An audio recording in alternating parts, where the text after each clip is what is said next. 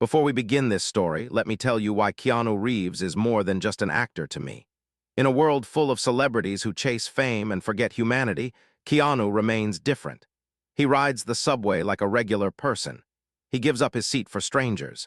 He took massive pay cuts from his Matrix earnings just so the special effects team could be paid fairly.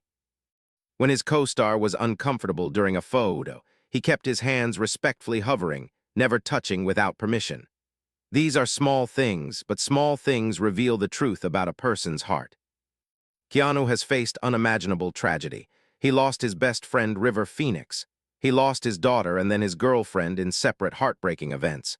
Most people would become bitter. Most people would hide from the world. But Keanu chose kindness.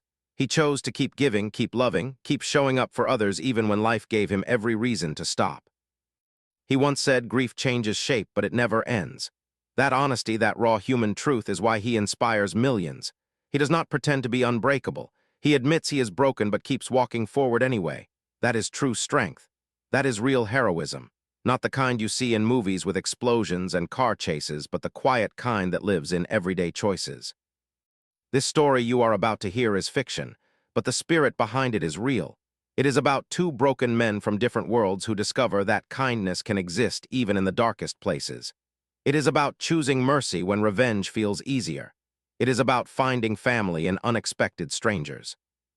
So sit back, breathe, and let me take you into a rainy night in Los Angeles where everything is about to change.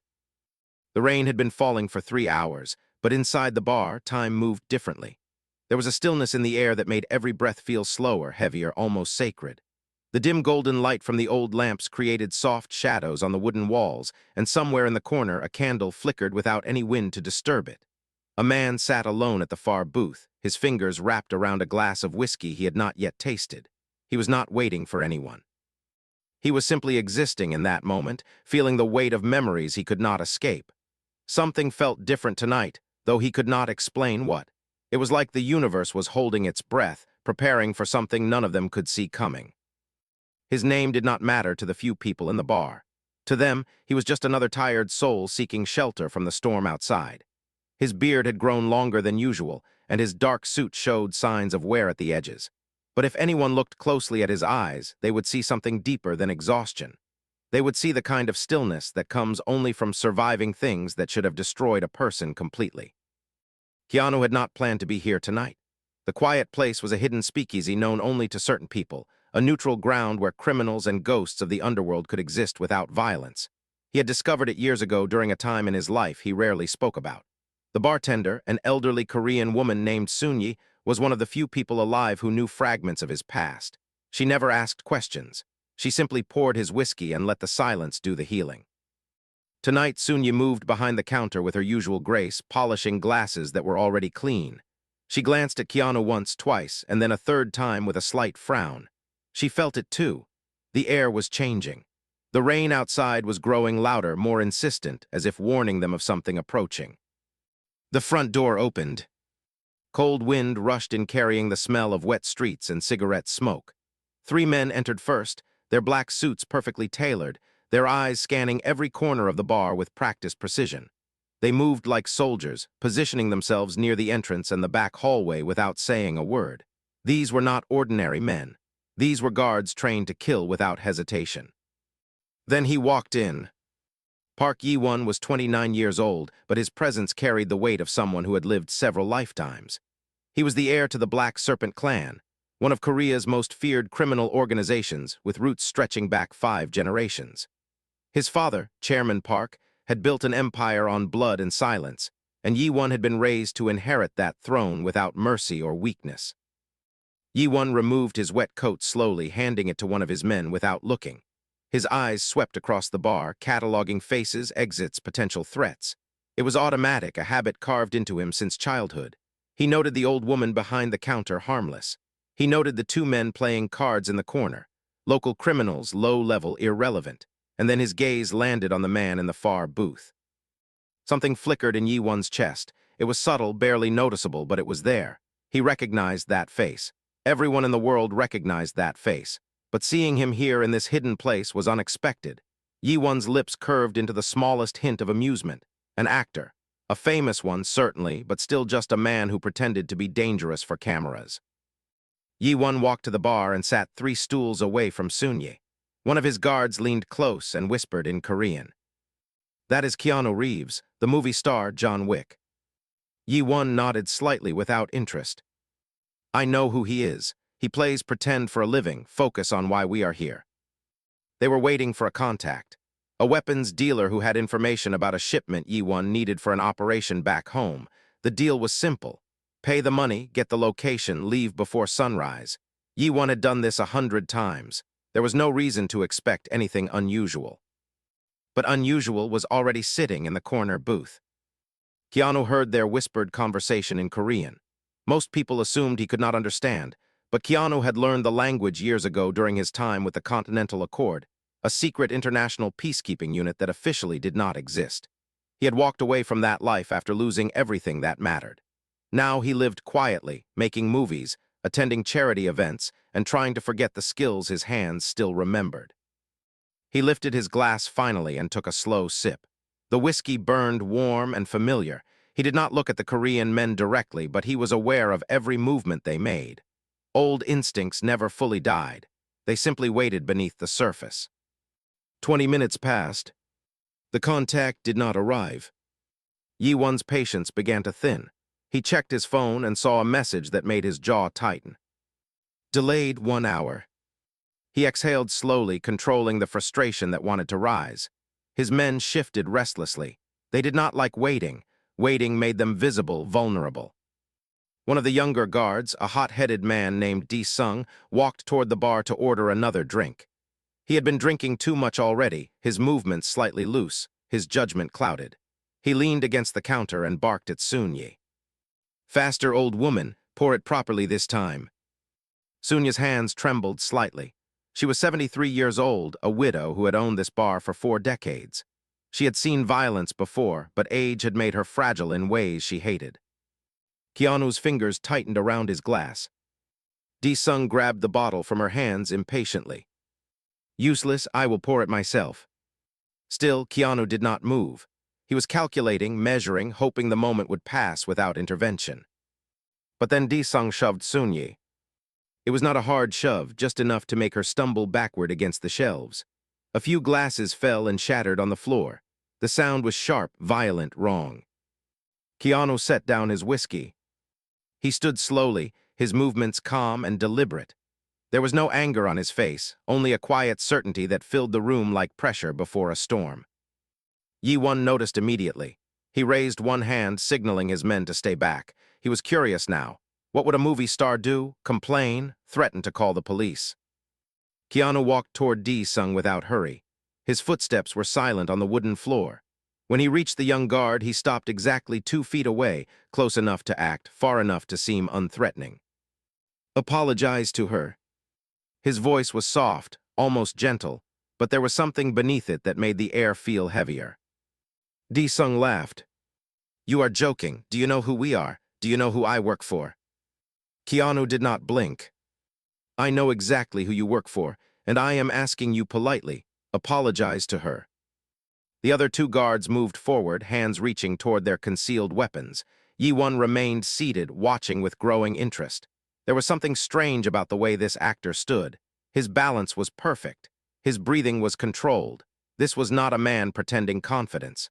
This was a man who had lived in violence and chose to leave it behind. D-Sung pulled a knife from his belt. "Walk away, movie star, before I show you what real pain feels like." Keanu sighed softly.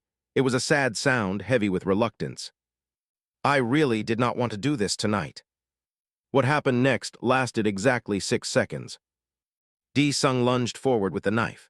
Keanu redirected the blade with his left forearm, stepped inside the attack, and delivered a precise strike to D-Sung's throat. The guard collapsed, gasping for air. The second guard drew a pistol, but Keanu was already moving. He closed the distance in 2 steps, disarmed the man with a twist of the wrist, and used the momentum to throw him into the third guard. Both crashed against the wall and did not get up. 3 trained killers neutralized, without a single wasted motion. Keanu placed the pistol gently on the counter and turned to Sunye. "Are you all right?" She nodded, her eyes wide with recognition. She knew. She had always known, but she had never seen it until now. Jae Won stood slowly from his stool. His amusement was gone, replaced by something sharper, respect mixed with calculation. "Who are you really?" Keanu turned to face him. For a long moment, neither man spoke. The rain continued its relentless drumming against the windows. The candle in the corner flickered again. "I am just a man trying to have a quiet drink." Jae Won studied him carefully. "No, you are much more than that." Before Keanu could respond, Jae Won's phone vibrated. He glanced at the screen and everything changed. The color drained from his face. His hand shook slightly as he read the message. Attached was a photograph. A young woman bound to a chair, her face bruised, her eyes filled with terror. Min Jae, his little sister, the only person in this world he truly loved. The message below the photo contained 5 words that shattered everything. "Kill Keanu Reeves by sunrise." Jae Won stared at the photograph, his sister's terrified face burning into his mind. The demand was clear. Kill Keanu Reeves by sunrise. His hands shook, a rare display of weakness. Keanu watched him, his expression unreadable but a deep knowing in his eyes. "What happened? What is it?" Keanu's voice was soft but insistent. "They have my sister." Jae Won's words were stripped of his usual control. "They want you." Keanu's jaw tightened. "May I see the message?" Jae Won handed him the phone. Keanu studied the image, his face hardening. When he spoke, his voice was colder now, harder. "I know who took her. They used the same methods 15 years ago, the same cruel photography. They took someone from me too, my wife." The confession hung heavy in the air. Jae Won felt a jolt. This man, the actor he was supposed to kill, carried a similar wound. "Who are they?" "They call themselves the Obsidian Order," Keanu explained. "They are not a criminal organization you can fight with guns and numbers. They are puppet masters. They control other groups profiting from chaos. They took my wife when I refused their demands. I walked away then. I buried that life, but they never forgot." Jae Won's mind raced. The whispers of a shadow organization dismissed as myth were suddenly terrifyingly real. "If I kill you, she lives," Jae Won said, testing the logic. Keanu shook his head slowly. "No, they will not release her. Once they have leverage, they never let it go. If you obey, they will only demand more. Your sister becomes a permanent chain around your neck until you are no longer useful. Then they eliminate you both." The truth of Keanu's words resonated with Jae Won. He had seen his own father use similar tactics. "Then what do we do?" Keanu extended his hand across the table. "Help me destroy them, and I will help you save her." Jae Won hesitated. Trusting a stranger was alien to him, but his father's methods had brought them to this impossible choice. "What makes you think we can succeed?" "Because they do not expect us to work together," Keanu replied. "Their entire plan rests on you acting alone. We will surprise them." Jae Won took Keanu's hand. The alliance was fragile, born of desperation, but a flicker of hope ignited within him. "What do we do first?" Keanu pointed to a name on a faded list he pulled from a worn leather bag. Song Tae-hyun. He runs a nightclub downtown, an Obsidian Order front. If anyone knows where they are holding your sister, it will be him. Jae Won knew Song Tae-hyun, a seemingly independent Korean figure in La's underworld. Keanu explained that the Obsidian Order used people who blended in, not obvious criminals.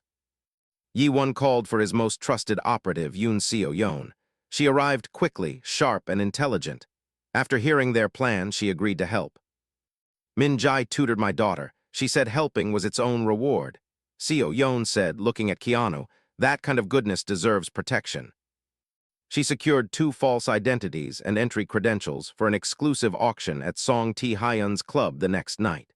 It was a high-stakes event where valuable items and information were traded. As dawn approached, Jae Won felt the weight of the coming hours. Keanu seemed to read his mind. "I know the helplessness, the rage that has nowhere to go, but rushing in without preparation is what they want. We succeed by being patient when patience feels impossible." He looked at Jae Won.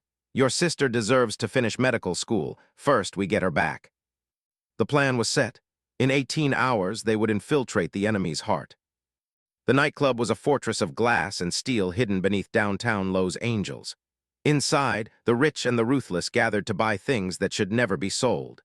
Keanu and Yi Won moved through the crowd wearing tailored suits and borrowed names. No one looked at them twice. They found Song Ti-hyun in a private room overlooking the auction floor. He smiled when he saw Yi Won. "Park Yi Won, your father said you were dead." Yi Won's hand moved toward his hidden gun, but Keanu's quiet touch stopped him. "Not yet." They followed Song Ti-hyun deeper into the building. He spoke casually, as if discussing weather. "Your sister is alive, for now. The Obsidian Order wants Keanu Reeves. Deliver him and she walks free." Keanu spoke for the first time. "Where is she being held?" Song Ti-hyun laughed. "Seoul, in your own family home, Yi Won. Your father made the arrangement himself." The words hit Yi Won like a physical blow. His father had sold his daughter. They reached a secure office. Song Ti-hyun opened a laptop and showed them live footage. Min Jae was chained in the basement of the Black Serpent estate, surrounded by guards. Yi Won's voice broke. "Why?" "Because your father is old and afraid. The Obsidian Order promised him protection and power. He gave them Min Jae as payment." Keanu studied the footage carefully. "Those guards are not Korean. They are Obsidian Order. Your father no longer controls his own house." Song Ti-hyun closed the laptop. "Bring me Keanu Reeves in Seoul within 48 hours, or your sister dies slowly, on camera." Yi Won lunged forward and snapped Song Ti-hyun's neck before anyone could react. Alarms began to sound. They fought their way out. Keanu moved like a ghost, disabling enemies with calm precision. Yi Won fought with raw fury, tears mixing with blood on his face. When they reached the street, Seoul was waiting in a black van. "We have to go to Seoul, now." On the flight across the Pacific, Yi Won stared out the window at endless darkness. "My father betrayed his own blood." Keanu sat beside him. "Sometimes the people who should protect us are the ones who hurt us most." Yi Won turned to him. "When we get there, I have to face him." "Yes, but you will not face him alone." They landed in Seoul at dawn. The city was waking up, unaware that war was coming to its oldest shadows. The Black Serpent estate stood on a hill surrounded by ancient walls. Yi Won had grown up here. Every corridor held memories. Now it held his sister prisoner. They attacked at twilight. Mama Cho, an 80-year-old street vendor who had once been the deadliest assassin in Asia, joined them. She smiled at Keanu. "You came back to the life for the right reason this time." They breached the walls. Keanu fought through waves of guards with quiet efficiency. Yi Won moved like a storm, searching for his sister. He found her in the basement. She was weak but alive. When she saw him, she started crying. "I knew you would come." They carried her out together. Mama Cho held the courtyard alone, buying them time. Her final words to Keanu were soft. "Tell the world kindness still exists." She detonated grenades as the enemy closed in, taking 20 men with her. Yi Won and Keanu escaped with Min Jae into the night. But the war was not over. A message arrived on Keanu's old secure phone. One line from Victor Crane, the man who killed his wife. "Midnight, the cathedral on the cliff. Come alone or soul burns." Yi Won looked at Keanu. "You are not going alone." Keanu nodded. "I know." The cathedral stood on a cliff overlooking the sea, abandoned for decades, but still carrying the weight of prayers once spoken within its walls. Keanu remembered this place. He had married his wife here in a secret ceremony witnessed only by stars, and he had buried her ashes here after Victor Crane took her from him. The drive was silent. Yi Won sat beside him, wounds bandaged but still bleeding beneath the cloth. Min Jae was safe now, hidden with Seoul in a secure location, but safety was temporary. As long as the Obsidian Order existed, no one connected to this night would ever truly be free. Keanu stopped the car at the base of the cliff. Moonlight painted everything in shades of silver and shadow. Victor will have men positioned everywhere. Snipers, explosives, escape routes. Yi Won checked his weapons. "Then we give him what he does not expect, 2 of us instead of 1. Keanu shook his head slowly. "No, Victor is mine. He has been mine for 15 years. But the Obsidian Order has a command center inside the cathedral basement. Servers containing information about every operation they have ever run, every politician they have bribed. every family they have destroyed. He looked at Jae Won directly. I need you to destroy it, burn their secrets, make them visible to the world. Jae Won understood. This was not about revenge anymore. This was about ensuring no other family suffered what they had suffered. And if you do not survive, Victor, Keanu smiled slightly, then make sure my death means something. They climbed the cliff together, moving through shadows like ghosts. Obsidian Order guards patrolled the perimeter, but Keanu knew this terrain intimately. He had walked it countless times in grief. Now he walked it with purpose. They separated at the cathedral entrance. Jae Won descended toward the basement. Keanu walked through the main doors into the nave where candles still burned despite the abandonment. Victor Crane stood at the altar, waiting. He was older now, gray at the temples, but still carrying the dangerous elegance that had once made him Keanu's most trusted partner. They had trained together, fought together, believed in the same cause together, until Victor decided that controlling the darkness was more profitable than fighting it. You came alone. I am almost disappointed. Keanu stopped 20 feet away. This was always between us, Victor. No one else needed to be involved. Victor laughed softly. And yet you involved so many. The Korean heir, his sister, that old woman who died protecting your escape. How many more will die because you refused to simply disappear? Keanu's voice remained steady. How many have died because you chose power over principle? How many families have you destroyed? How many lives have you traded for profit? Victor shrugged. I stopped counting years ago. Numbers lose meaning after a certain point. Only power remains, only control. He drew a blade from his coat, the same blade he had used to kill Keanu's wife. Keanu recognized it immediately. I kept this as a reminder of the night I finally understood that sentiment is weakness. Your wife begged for your life, you know, not her own. Yours. Even at the end, she believed love could save her. Keanu felt old rage rising, but held it down with practiced discipline. She was right. Love did save me. It gave me a reason to keep breathing when everything inside me wanted to stop. It taught me that kindness is not weakness, mercy is not surrender. Victor attacked without warning. The fight was brutal and intimate. Two men who knew each other's techniques perfectly, anticipating moves before they happened, countering strategies before they formed. They crashed through ancient pews and shattered stained glass windows. Blood marked the stone floor in patterns that looked almost artistic. Victor was faster, Keanu was more patient. They fought for what felt like hours, but was probably minutes. Keanu took wounds that would have stopped lesser men. Victor grew frustrated as his killing blows kept missing their mark. Finally, Keanu found an opening. He disarmed Victor and pinned him against the altar, blade pressed to his throat. Victor laughed through bloody teeth. Do it, prove that you are exactly what I always knew you were, a killer wearing a mask of kindness. Keanu's hand trembled, every fiber of his being screamed for vengeance. This man had taken everything, his wife, his peace, his belief that the world could be good. One cut would end it, justice, closure, revenge. But then he heard his wife's voice in his memory, soft and certain. Kindness is strength, mercy is courage, we choose what we become. Keanu lowered the blade. No, you do not get to make me into you. I will not carry your darkness inside me. He stepped back. You will face justice, real justice, courts and evidence and the truth exposed for the world to see. Victor's face twisted with rage. You fool, you weak, sentimental fool. He pulled a hidden gun and aimed at Keanu's heart. The shot never came. Jae Won appeared from the shadows and knocked the gun away. Victor lunged for it, but Jae Won was faster. They struggled at the edge of the cliff visible through the shattered windows. In the end, Victor made his own choice. Rather than face capture, rather than see his empire exposed, he threw himself backward into the darkness. His scream echoed against the rocks below until it suddenly stopped.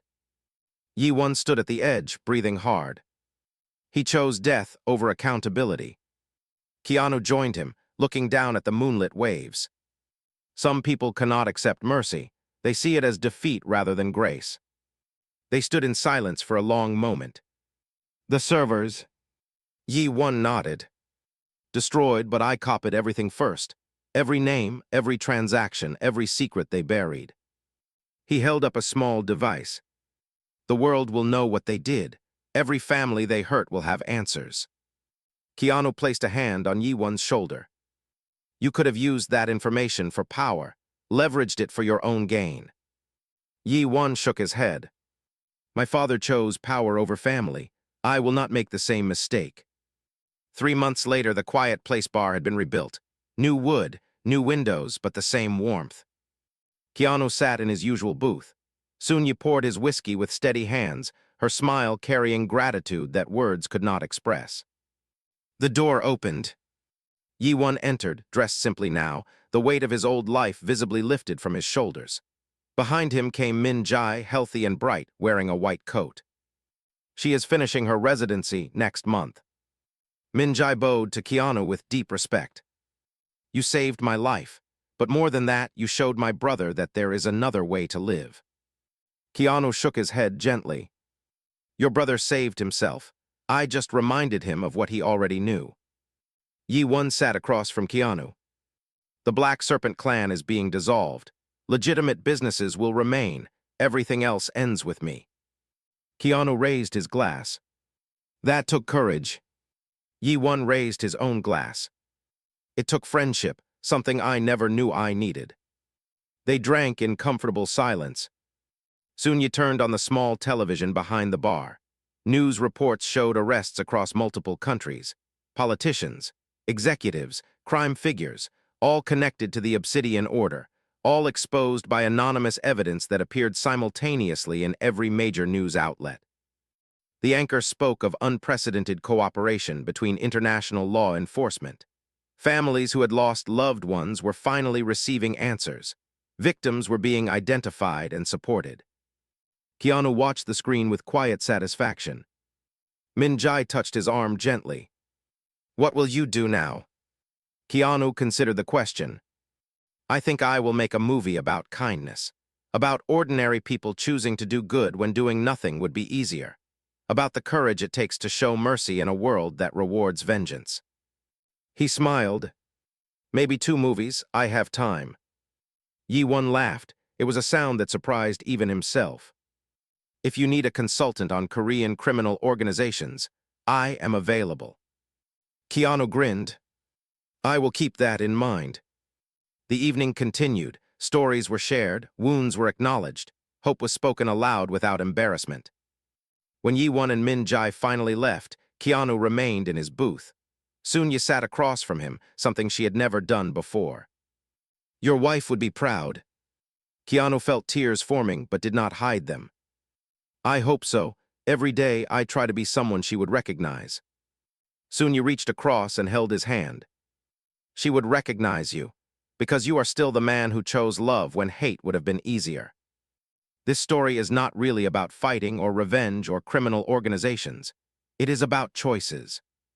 Keanu chose mercy when vengeance was within his grasp. That choice did not make him weak, it made him free. Jae Won chose family over power. He walked away from an empire that would have consumed his soul. Mama Cho chose sacrifice. She gave her life so that others could live. Her kindness rippled forward in ways she would never see. Even Victor Crane made a choice. He chose darkness until the very end, and that choice destroyed him. We all face these decisions every day, not with guns and enemies, but with words and actions. We choose kindness or cruelty, patience or anger, forgiveness or resentment. The Obsidian Order believed that controlling people through fear was strength. They were wrong. Fear creates obedience, but love creates loyalty. Fear builds empires that crumble. Love builds connections that endure. Keanu Reeves inspires us because he understands this truth. In his real life, he has faced tragedy that would break most people, but he keeps choosing gentleness. He keeps showing up for others. He keeps proving that success and kindness can coexist. The greatest heroes are not those who defeat the most enemies. They are those who refuse to become enemies themselves.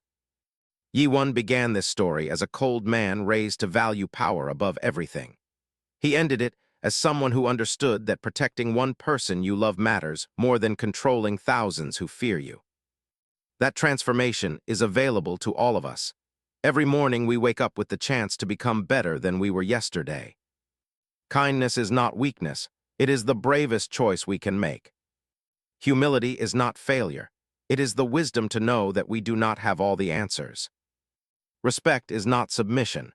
It is the recognition that every person carries struggles we cannot see. Resilience is not avoiding pain. It is moving forward despite the pain we carry. And inspiration is not something we receive passively. It is something we create actively by living in ways that light the path for others. Keanu Reeves entered a bar and met a man who was supposed to kill him. Instead of violence, he offered partnership. Instead of judgment, he offered understanding. Instead of revenge, he offered redemption. That is the story, but the lesson is simpler. Be kind, be brave, be patient, and never underestimate the power of one person choosing good in a world that often rewards the opposite. The darkness is real, but so is the light. Choose the light,